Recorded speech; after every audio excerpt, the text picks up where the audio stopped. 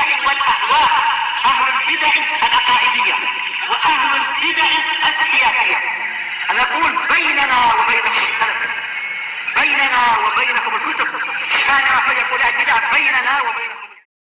Alisa Asyar, hadis yang ke-13. Wa an Adi bin Umairah radhiyallahu anhu qala sami'tu Rasulullah sallallahu alaihi wasallam yaqul, saya mendengar Rasulullah SAW bersabda, man istakmalnahu minkum ala amal, barang siapa di antara kalian kami pekerjakan dia untuk mengurus suatu pekerjaan, yaitu sebagai amil, sebagai pekerja dan pegawai, sebagai kaki tangan kerajaan, fakatamana mikhyaton fama fauqaha, lalu dia menyembunyikan jarum, satu jarum saja atau yang lebih besar dari itu. Gila, ini sekedar jarum, ternyata Rasulullah mengancam. Kana ghululan, maka dia itu adalah sebagai suatu ghulul, sebagai bahan korupsi. Ya'ti bihi yaumal qiyamah, dia akan datang membawa korupsinya itu di hari kiamat. Kalau satu jengkal bumi dirubah jadi 7 lapis bumi, nggak tahu nanti jarumnya sebesar apa sebagai hukuman. Karena apa? Hari kiamat memang yaumatu belas saroir, pada hari di mana seluruh rahasia akan ditampilkan. Jangan menyangka, oh kalau uang nggak apa, nanti saya masukkan poket, nggak nampak saya korupsi di hari kiamat. Iya, kalau uangnya masih berupa uang seperti sekarang. Gimana kalau dirubah sebagaimana buminya tadi juga dirubah sebesar itu? Demikian pula jarum, nggak tahu nanti bagaimana bentuknya, kita nggak tahu. Maka ini bukan perkara yang ringan, dan inilah yang dipahami oleh para sahabat. Makanya faqama ilaihi rajulun aswadu minal ansor, maka berdirilah kepada Rasulullah seorang yang berkulit hitam dari kalangan Ansor. Wa ka'ani anzuru ilaih, seakan-akan saya melihat dia sekarang. Faqal, maka dia mengatakan, ya Rasulullah aqbil anni amalak, wahai Rasulullah terimalah dari saya amalan Anda, yaitu apa? Amanahnya saya kembalikan kepada Anda. Takut sahabat ini.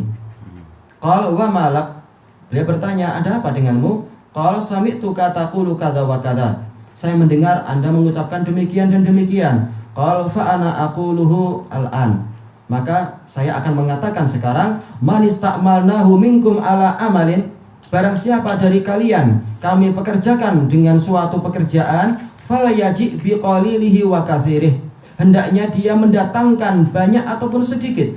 Fama utiya minhu akhad, apapun yang diberikan kepadanya dia ambil. Wa manuhiya anhu intaha, apa yang dilarang darinya maka hendaknya dia berhenti. Tayyib. Rawahu Muslim. Di sini Rasulullah Shallallahu Alaihi Wasallam dengan kasih sayang beliau kepada umat, beliau memperingatkan akan beratnya amanah. Dan ini memang tugas Rasulullah, bukan untuk apa sekedar menakut-nakuti, bukan pula untuk apa, untuk membiarkan umatnya dalam kebatilan. Bahkan karena kasih sayang beliau ingin umatnya itu mendapatkan kebaikan dan selamat dari kejelekan. Sebagaimana firman Allah Ta'ala, laqad ja'akum rasulun min anfusikum azizun 'alaihi ma anittum harisun 'alaikum bil mu'minina raufur rahim. Sungguh telah datang kepada kalian seorang rasul dari diri kalian sendiri. Azizun 'alaihi ma anittum, terasa berat bagi beliau sesuatu yang menyusahkan kalian. Harisun 'alaikum, beliau ingin sekali kebaikan tercurah pada kalian. Bil mu'minina raufur rahim, penuh belas kasihan dan menyayangi kepada orang-orang yang beriman. Maka peringatan-peringatan ini semua adalah bentuk kasih sayang Rasul agar umatnya itu tidak celaka, agar umatnya itu tidak masuk kepada dosa dan sebagainya. Sebagaimana dalam hadis yang diriwayatkan oleh Imam Ahmad dari Abi Hurairah radhiyallahu an, Rasulullah SAW bersabda, innama ana lakum bimanzilatil walid u'allimukum, sesungguhnya aku bagi kalian adalah bagaikan seorang ayah, aku mengajari kalian. Memang inilah tugas Rasul, kasih sayang seorang ayah, kasih sayang yang sangat besar. Makanya apa? Mengajarkan sekian permasalahan yang sangat penting demi kebaikan dari anak-anaknya sendiri. Makanya di sini Rasulullah memperingatkan perkara yang sangat besar, yang zahirnya adalah kebanggaan, tetapi batinnya adalah boleh jadi menjadi suatu penyesalan, yaitu masalah apa? Masalah imarah, masalah wilayah, masalah kekuasaan dan wewenang. Rasulullah bersabda, man istakmalnahu minkum ala amal, barang siapa di antara kalian kami pekerjakan untuk mengurusi suatu amalan, fakatamana mikhyaton, kemudian dia menyembunyikan dari kami benda walaupun seukuran jarum, fama fauqaha, atau bahkan yang lebih besar lagi. Ini kalau fauq kita artikan seperti asalnya, yaitu yang lebih besar. Tetapi boleh jadi dia itu adalah apa? Karena polanya adalah pola ancaman, bahkan yang lebih murah dari ini dan lebih ringan dari ini. Sebagaimana firman Allah Ta'ala, Innallaha la yastahyi ayyadriba mathalam ma ba'udatan fama fawqaha. Allah tidak malu untuk membuat permisalan berupa apa? Nyamuk atau yang lebih rendah dari itu. Fauq artinya adalah asfal. Kenapa? Karena siaknya menunjukkan apa? Allah sedang menunjukkan dia tidak malu menciptakan makhluk-makhluk yang rendah. Maka siaknya menunjukkan yang diinginkan adalah nyamuk ataupun bahkan yang lebih kecil, makhluk yang bersel satu atau sel yang lebih kecil lagi kalau ada. Polanya adalah itu. Maka seperti ini pula fauq kata Ibnu Hajar artinya adalah apa? Adna atau asfal.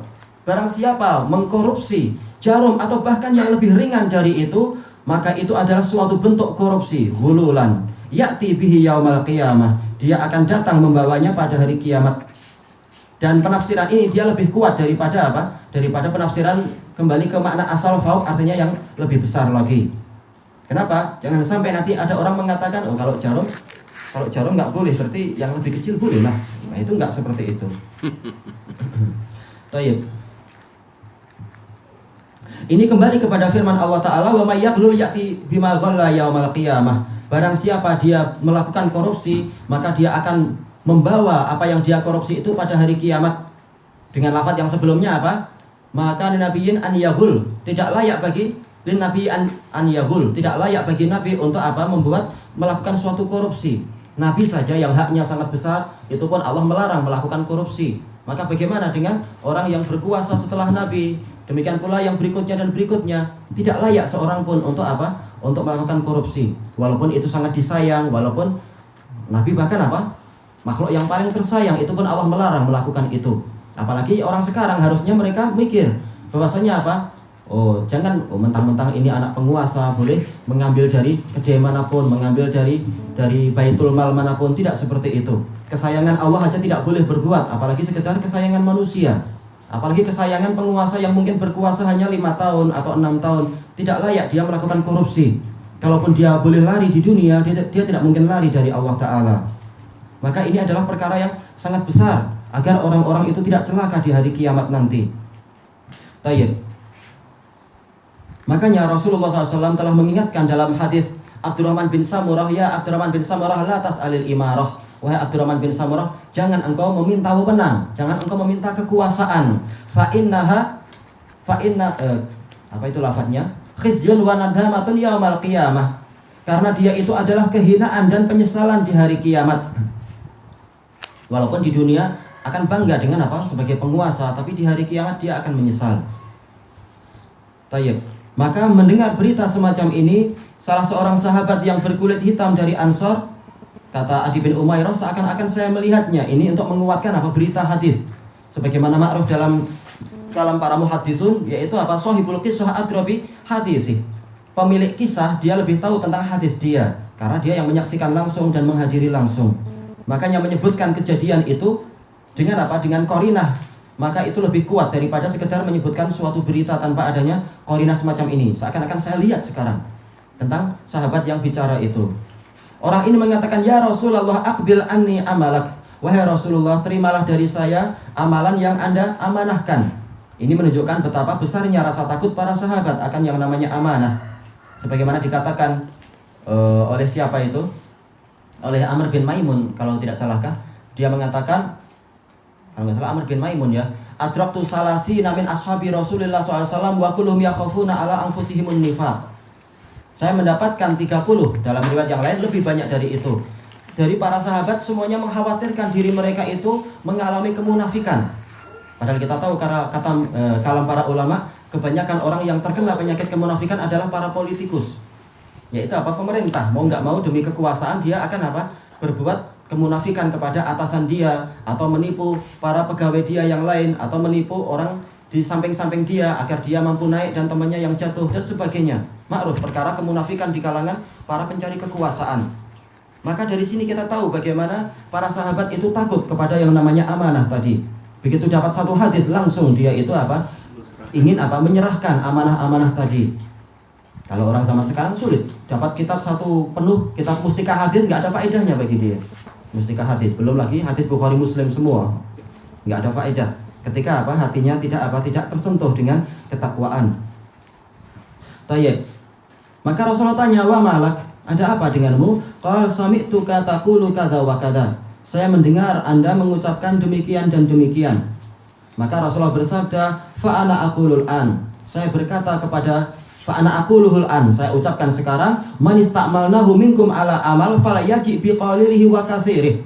Barang siapa kami pekerjakan di antara kalian dengan suatu pekerjaan, hendaknya dia mendatangkan hasilnya sedikit ataupun banyak. Jadi jalan keluar dari ini bukan orang yang dapat amanah kemudian dia lari dari amanah. Kenapa? Kalau orang-orang terpercaya tidak ada lagi yang mau menerima amanah dan tidak ada yang menegakkan, maka akan kacau urusan. Rasulullah telah bersabda, "Idza wusital amru ila ghairi ahli fantadhiris saah." Kalau urusan telah diserahkan kepada yang bukan ahlinya, maka tunggu kehancurannya. Tidak harus nunggu hari kiamat, tapi apa? Kiamat untuk kejadian itu, kiamat untuk masalah tersebut, kiamat kecil. Para sahabat tanya, kapan itu terjadi? Al idza tumina man lam ya'tamin, man lam yu'taman, yaitu orang yang dipercaya padahal dia tidak terpercaya. Maka akan terjadi pengkhianatan dan kerusakan. Maka berarti caranya adalah bukan orang yang dipercaya Rasulullah semuanya undur diri, tapi apa? Orang yang dipilih dan mendapatkan perintah, hendaknya dia menjalankan perintah itu sesuai dengan dohirnya. Dapat hasil sedikit, berikan. Dapat hasil banyak, berikan. Tanpa ada korupsi dan tanpa ada melakukan manipulasi dan sebagainya. Baik. Dan dari hadis ini kita mendapatkan faidah bahwasanya al-khibrah wal ahliyah, yaitu kemampuan, kemahiran dan keahlian itu bukan dilihat dari kulit seseorang. Sama saja dia kulit hitam ataukah kulit putih, asalkan dia memang punya keahlian, dia layak mendapatkan kedudukan tersebut.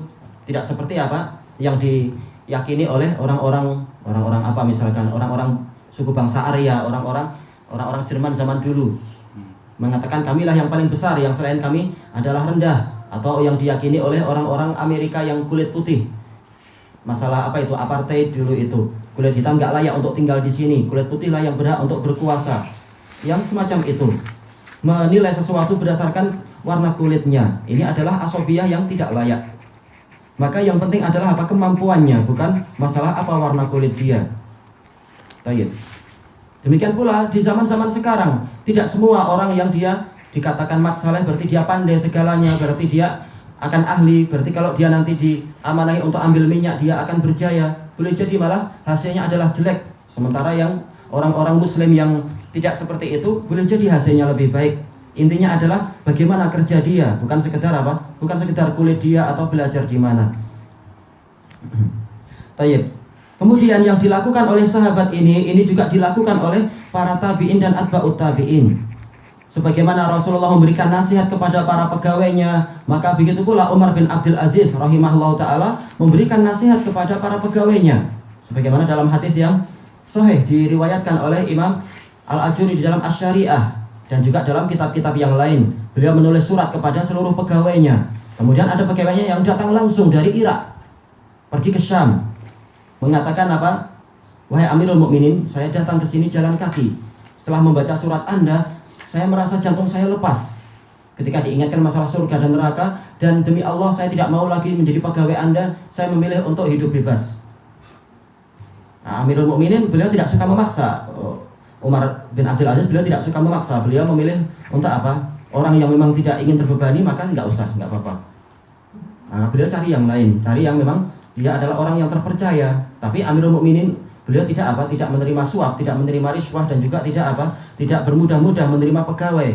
Sebagaimana disebutkan di dalam biografi beliau, ada orang dekat dari Umar bin Abdul Aziz mengatakan, wahai Amirul Mukminin, ada seseorang dia bagus, dia siap untuk jadi pegawai Anda. Kemudian Kemudian dia bilang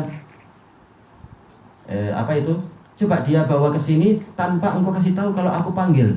Kemudian betul dia datang dan dia kalamnya bagus, gaya bahasanya baik dan menampilkan ilmu yang bagus dan sebagainya.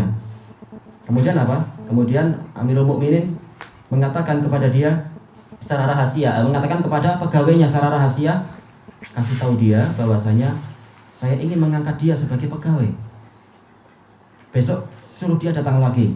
Kemudian begitu dikasih tahu langsung pagi harinya dia datang. Langsung Amirul Mukminin mengatakan, sepertinya engkau tak layak lah untuk jadi pegawai saya. Dia tanya, apa salah saya wahai Amirul Mukminin? Beliau mengatakan, kemarin ketika aku belum panggil engkau jalan selangkah-selangkah. Hari ini begitu engkau tahu aku panggil, maka engkau jalannya langsung 2 langkah, menunjukkan engkau sedang bersemangat cari pegawai, cari pekerjaan. Aku nggak suka ini, menunjukkan dia memang semangat untuk cari amanah. Beliau nggak suka orang tipe ini. Juga disebutkan dalam kisah Al-Adqiyah itu, Umar tertarik pada seseorang karena banyak orang selalu datang tiap hari. Beliau merasa tertarik dengan seseorang, tapi beliau nggak tahu betulkah dia memang orangnya baik atau di hadapan saya dia baik. Maka Umar berkata pada orang kepercayaannya, coba kasih tahu dia secara rahasia bahwasanya apa?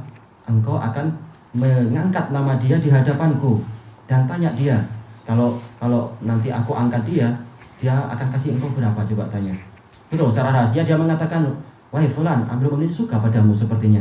Gimana kalau saya jadikan engkau sebagai utusan ini dan sebagai pegawai itu? Dia bilang, oh boleh. Nah, kalau engkau nanti aku kasih syafaat, kamu kasih berapa? Oh, nanti saya akan kasih Anda sekian. Nah, Umar langsung beritahu, ini nggak usah. Makanya para ulama mengatakan seluruh pegawai Umar bin Abdul Aziz semuanya adalah siqat. Dalam hadis semuanya siqat. Karena apa? Ini adalah hasil dari pemeriksaan yang sangat dalam. Baik, ini semua keterkaitan dengan apa? Masalah amanah di pemerintahan. Jangan sampai terjadi kezaliman.